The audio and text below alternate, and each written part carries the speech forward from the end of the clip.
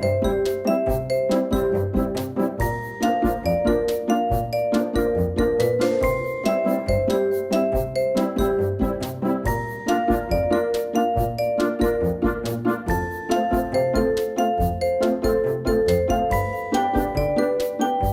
so good to have you on Winning Wednesday. I'll let you introduce yourself.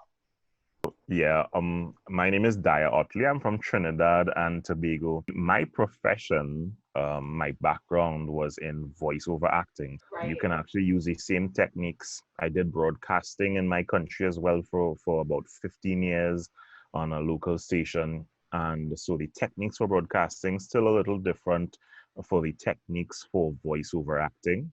So combining all of those together, I put together a package called voice communication, which essentially is helping somebody use their voice and understand how you use your voice to communicate. So, as a professional, how do you speak if it is you have to stand up and deliver as an executive in a company? And you stand up to, you're asked to give a speech, you could be very monotone and you just read what's on the paper. You could tell people, well, it's a wonderful financial year for everybody here, and I'm so happy.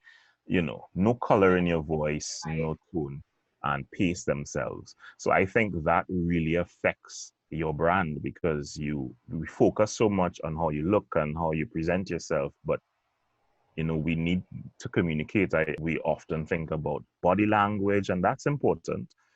Voice communication to me really helps you use affects your brand in every facet of life. The greatest fear is standing in front of an audience to talk. The second is death. And so the thing is, if you were at a funeral, you rather prefer to be in the coffin than to be standing up giving the eulogy. Oh, But but the reality is, yeah, people are afraid of speaking up and talking, and we understand that. But in spite of all the fear and the butterflies, you still have to have a little understanding of how you use your tone, and it will really help in selling that product or encouraging your staff. You don't shout if you have two people in a room. I've met people you talking to a staff member and your voice is loud, or if it is you're in a big room with many people, your voice is too soft. You got to know how to really adjust. So yeah, right. that's something I would say like three main things people really should think about is how they enunciate their words and make sure you add some color. Don't be like a flatliner, when you're dead. And add like some variation in your tone. And yeah, just make sure your own personality comes out. That's be the third thing. Just Awesome. don't don't think about what people think about how you sound. Just be comfortable to let your personality come out. I learned that because I used to host I used to do like a master of ceremonies. I'm not sure what you'll call it in the States, but hosting a show Yeah. like on Yeah, on an stage. MC. MC, yes. In the beginning when I now started, I did not want to make a joke. I just wanted to be very stiff. Good evening, ladies and gentlemen. Okay, next we have next. Okay, next. You know, um, and somebody had to tell me, you're too stiff. That's not you. I know you. I was like, yes, but this is an awards function.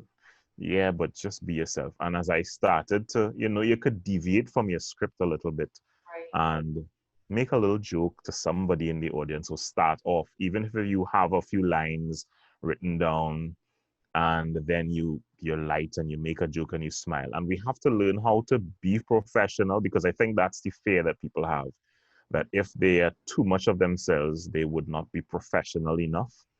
But we do have to learn how to be professional and classy and still be able to crack a joke. And yes, it takes training, but at the end of the day, once we realize, like, you must know how to just lighten up and make a joke. And especially the thoughts may come to your mind, but you might be so paralyzed with fear that the joke wouldn't come out. Yeah, yeah. I like that a lot. And you touched on just the fact that people need to find a way to incorporate their personality into their professional space.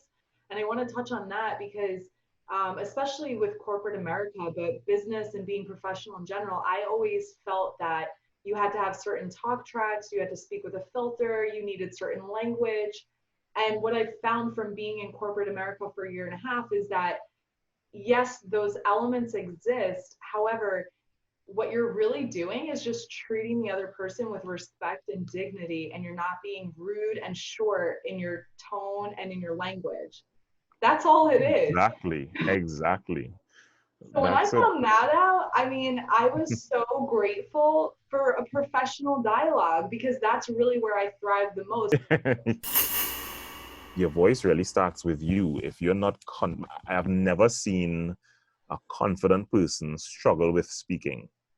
Um, uh, if you know what I mean. I mean, yes, they will have different. So I also teach, it's not just people who are not confident need to learn how to speak, Mhm. but if you're overconfident as well, you need to learn how to tone down.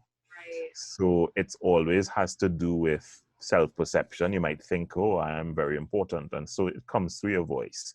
And right, if you think you are nothing and you're insignificant, it comes through your voice. right. It's not even just confidence about speaking, it's your self-esteem and knowing your That's self-worth. that's Yeah, what I mean. Yeah, exactly. Your self-perception is like your thoughts. You don't think you have any worth or value. So if you're called to speak, you just would hang your head and then your voice drops and your confidence drops. And so everything just comes out. Whether you sound a little squawky, like if you talk like that, if it is you talk like have that unique quirk to your voice, use it. Don't be afraid of it. Own it. right. That's the And thing. You just have to own it, however it is. As you were saying earlier, there's no sense in trying to overlay your actual voice and make a new fake voice, because exactly. it's inauthentic, and either people will notice it or you won't be able to be fully yourself when you're using it. So, Yes.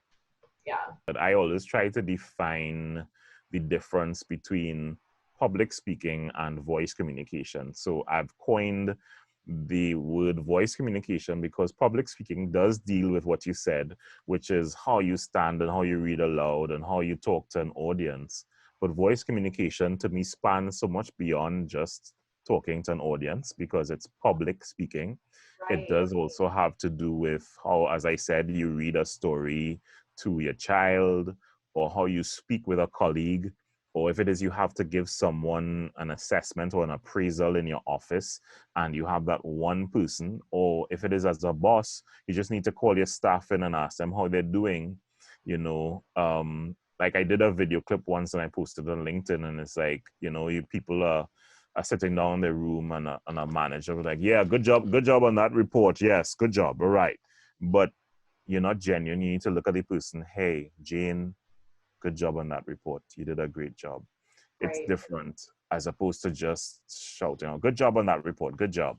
right. So it's really important to learn the difference. That's a little more than just public speaking. So I'm so glad that you brought that up. And I almost feel like we, I'm glad it's at the end of the segment, but I wish I had been like cognizant of that throughout, because that's a very tremendous point in and of itself. Even in your personal relationships, how many times are we asking people, do you hear how you're saying that? And like we're yes, not aware of how we're saying things. And it's in our tone, it's in our attitude. Our voice is betraying us constantly. yes, yes. I love those words. I'll take that down. Our voice betrays us constantly. And I'm glad we caught them. Yeah, thank you too. You gave me some nice statements to capture as well. Our voice could betray us constantly. That's a nice opener in a video. Thank you, Yes, yes, Katrina. you're so It's great. welcome. Use it anytime. Yeah, And I hope you enjoy the weekend with your girls and your wife. And thank you. I will. Thank you very much for having me. you're very welcome, Daya.